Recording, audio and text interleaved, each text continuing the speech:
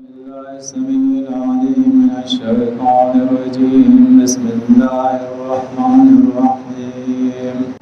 يا أيها الذين آمنوا قوا أنفسكم وأهليكم نارا وقودها الناس والحجارة عليها ملائكة غلاظ شداد لا يعصون الله ما أمرهم ويفعلون ما يؤمرون. سورۃ التحریم کی آیت نمبر 6 آپ کے سامنے تلاوت کی ہے. آج کا موضوع جو ہے وہ ہے حق الولد علی الوالد، بیٹے کا اپنے باپ پر حق یا اولاد کا اپنے ماں باپ پر حق. جیسے کہ آپ جانتے ہیں پچھلے 2-3 پروگرامات کے اندر ہمارے دروس کا ٹاپک جو تھا وہ ترغیب الی الصلاۃ تھا. یہ ٹاپک جو آج کا ہے یہ اسی سے مناسبت رکھتا ہے.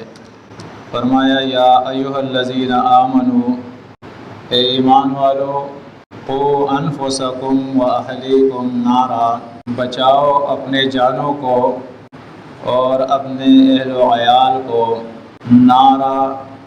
جہنم کے آگ سے. جہنم کی آگ سے اپنے آپ کو بھی بچاؤ اور اپنے اولاد کو، اپنے گھر والوں کو بھی بچاؤ. وقودها الناس والحجارۃ، اس جہنم کے آگ کا ایندھن انسان ہے اور پتھر ہے. علیہا ملائکۃ غلاظ شداد، اس جہنم کے جو داروغہ ہے، نگراں ہے، اس کے جو خزانچی ہے وہ ملائکہ ہے. اور وہ ملائکہ ایسے ہیں غلاظ، وہ سخت ہے. سخت سے مراد وہ سخت دل والے ہیں، یعنی ان کا ایسا نہیں ہے کہ کسی کے اوپر ترس آ جائے ان کو، باوجود اس کے کہ وہ جہنمی پھر کبھی کھانے پینے کے لیے درخواست کریں گے اور کبھی کہیں گے کہ اپنے رب سے دعا کرو کہ ہمارے عذاب میں تخفیف ہو جائے. لیکن ان کا آگے سے ایک ہی جواب ہوگا کہ کیا تمہارے پاس اللہ کے رسول نہیں آئے تھے؟ کیا اللہ کی کتاب انہوں نے تمہارے سامنے بیان نہیں کی تھی؟ جب یہ جواب میں کہیں گے قالوا بلا، ہاں آئے تھے، ان کا جواب پھر یہی ہوگا کہ اب اس جہنم میں جلتے رہو، یہاں سے نکلنے کا کوئی راستہ نہیں ہے. شداد، اور وہ بہت قوت والے ہوں گے، ان کا کوئی مقابلہ نہیں کر سکے گا کہ زبردستی کوئی جہنم سے نکل جائے. پھر ایک صفت ان کی یہ بیان کی لا یعصون اللہ ما امرہم، جو اللہ نے انہیں حکم دیا ہوگا اس کی وہ مخالفت نہیں کریں گے، نافرمانی وہ نہیں کریں گے. وَيَفْعَلُونَ مَا يُؤْمَرُونَ، اور وہ وہی کچھ کریں گے جس کا ان کو اللہ کے طرف سے حکم ہوا ہوگا. یہ آیت جب نازل ہوئی ہے، اس کی تفسیر کے اندر مفسرین نے ایک حدیث نقل کی ہے. عمر رضی اللہ تعالی عنہ نے نبی کریم صلی اللہ علیہ وسلم سے سوال کیا، اور وہ سوال یہ تھا کہ اے اللہ کے نبی، ہم کوشش کر کے اپنے آپ کو تو جہنم سے بچا سکتے ہیں، اس کے لیے کوشش کر سکتے ہیں، لیکن اپنے اہل و عیال کو کیسے جہنم سے بچائے، وہ تو ہمارے بس کی بات نہیں ہے. اللہ کے نبی صلی اللہ علیہ وسلم نے فرمایا تمہارے بس میں جو ہے تم وہ کر لو، اس کے بعد اللہ رب العزت تم سے نہیں پوچھے گا. فرمایا اے اللہ کے نبی وہ کیا ہے؟ فرمایا وہ یہ ہے کہ جب تمہاری اولاد پیدا ہو جائے تو اس کا اچھا نام رکھو، یعنی اس کی ابتدا جو ہے وہ اسلام سے ہو جائے، اسلامی نام رکھو اس کا، کسی نبی سے نسبت ہو، اس کے اچھے معنی ہو، تو سب سے پہلے اس کا اچھا نام رکھو. اس کے بعد دوسرا کام یہ ہے تھوڑا سا بڑا ہو جائے تو اس کے بعد اس کو اللہ کی کتاب کی تعلیم دو، اسے دین سکھاؤ، یہ ماں باپ کی ذمہ داری ہے. اور جب وہ بالغ ہو جائے، جوان ہو جائے، تو اس کا رشتہ کرو، اس کی شادی کر دو. اور شادی کے لیے اللہ کے نبی صلی اللہ علیہ وسلم نے فرمایا 4 وجوہات سے لوگ شادی کرتے ہیں. یا شادی کرتے ہیں تو وہ دیکھتے ہیں کہ یہ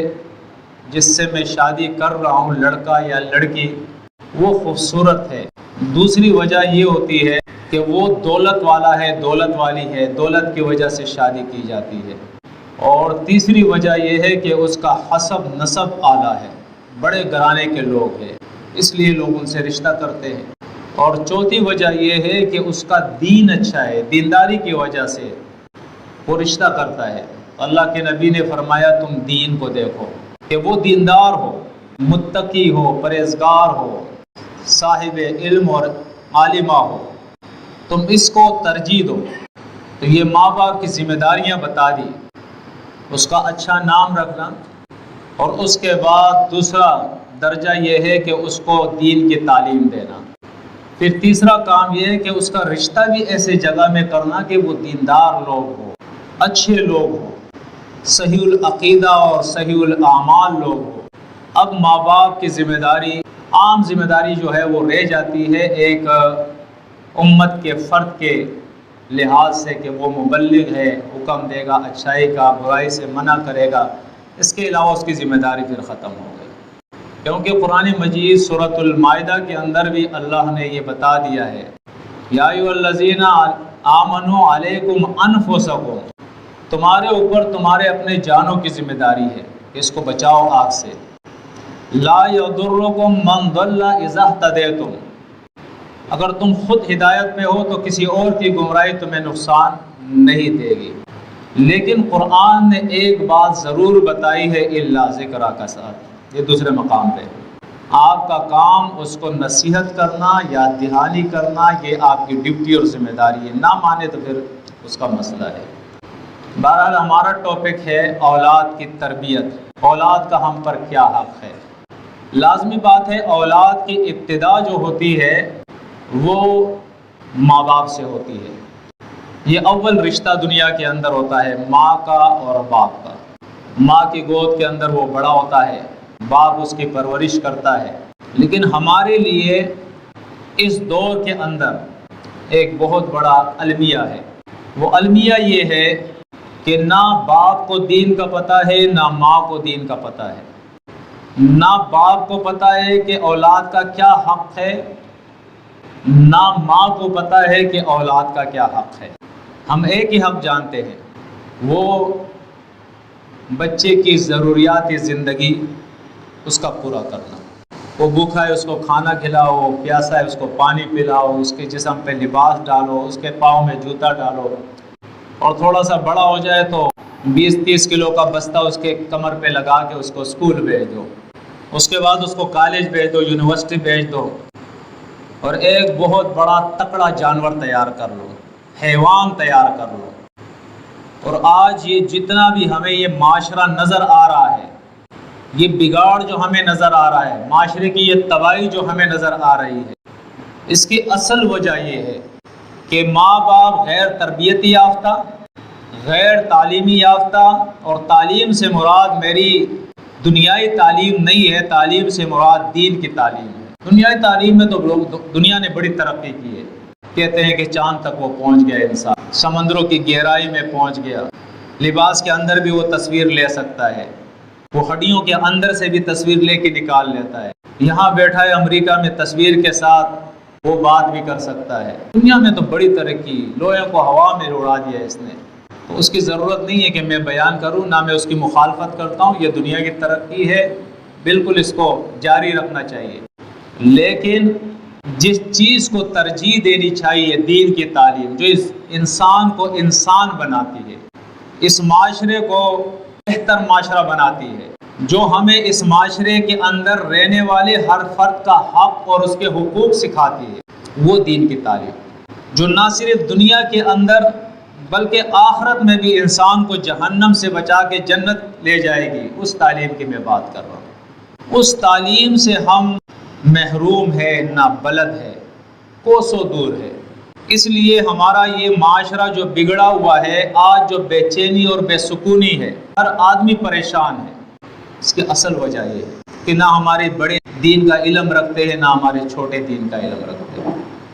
نہ بیوی کے پاس دین کا علم ہے، نہ شوہر کے پاس دین کا علم ہے، اور ہم یہ سمجھ بیٹھے ہیں کہ ہماری غلطی ہے بہت بڑی۔